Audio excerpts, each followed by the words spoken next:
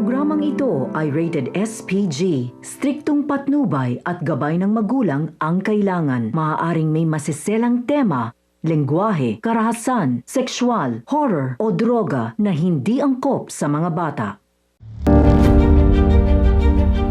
Isang mapagpalang araw mga kapuso, narito ang mga dapat nating pakaabangan sa House of Lies. Pero bago ang lahat, kung bago ka pa lamang sa aking channel, ay baka pwede makahingi ng isang like, isang share at isang subscribe para updated ka sa mga bagong videos na aking i-upload. Hanggang dito na nga lang ba ang lahat?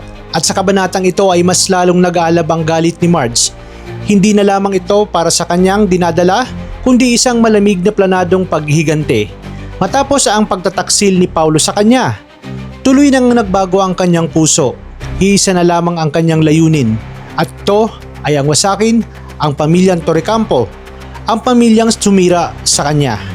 Ngunit hindi siya basta-basta makakagalaw dahil may haharang sa kanya.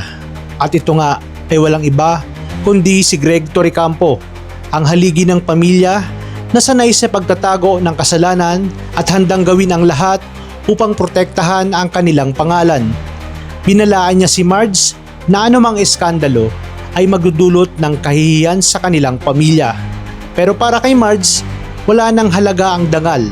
Sa kanyang mata, pareho lamang sina Greg at Paulo, mga lalaking nabubuhay sa pagtataksil at kasinungalingan. Doon niya nga ibinunyag ang kanyang unang hakbang. Siya ang nasa likod ng pag-atras ng mga investors ng mga Torrecampo. Gamit ang kanyang koneksyon, isa-isa niyang pinahina ang negosyo ng Torrecampo. Isang tahimik na digmaan na siya mismo ang nagsimula. Samantala, sa loob ng mansyon, hindi pa tapos ang laban. Kaman pinalayas, tumanggi si Thea na sumuko. Bilang asawa ni Edward, ipinaglaban niya ang kanyang lugar bilang Torrecampo.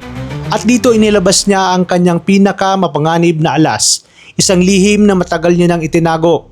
Isang katotohanan na kayang magwasak ng lahat. Ito ay walang iba kundi ang kanyang anak na si Ashley. Si Ashley ay hindi kung sino lang siya dahil siya ay anak ni Paulo at Thea. Isang revelasyong hindi pa alam ni Marge. Sa gitna ng lahat, naiipit si Paulo.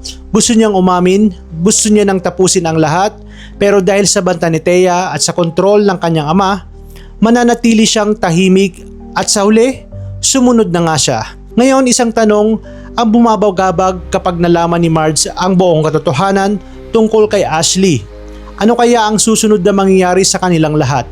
Dito na kaya tuluyang sasabog ang ating bidang si Marge at sukdulan ang kanyang paghihiganting gagawin dahil susunugin niya lang naman ang mansyon ng mga Torrecampo kung saan ang naging pundasyon nito ay puro kasinungalingan at pagtataksil.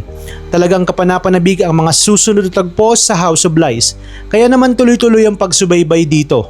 Maraming salamat sa inyong panonood at pagpalain tayong lahat, mga kapuso.